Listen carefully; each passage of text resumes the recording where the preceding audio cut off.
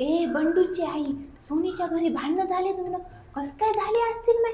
काही मोठी गोष्ट झाली काय? नवीन नवीन गाड्या, 4-5 प्लॉट घेणं काय सोपं वाटाले काय तुम्हाला? समजण्याच काय तुम्हाला? अहो काळा पैसा भेटायचा. आपले नवरे बी एवढंच कमी तर आपल्या घरात का नाहीत मग एवढ्या गाड्या बिड्या?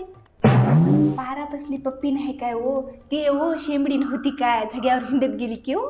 तिचं वय आता 30 वर्ष झाले, तरी तिचे मायबाप तिच्या लग्नाचं बघण्याच लेत नाही. वय झाल्यानं करून टाकू नये काय लग्न? नाही तर लेकरं बिघडतात नंतर. मी आहे की नाही त्या बाजूच्या शर्मिलाच्या इथं पेटी साफ करतावेळी बघलो.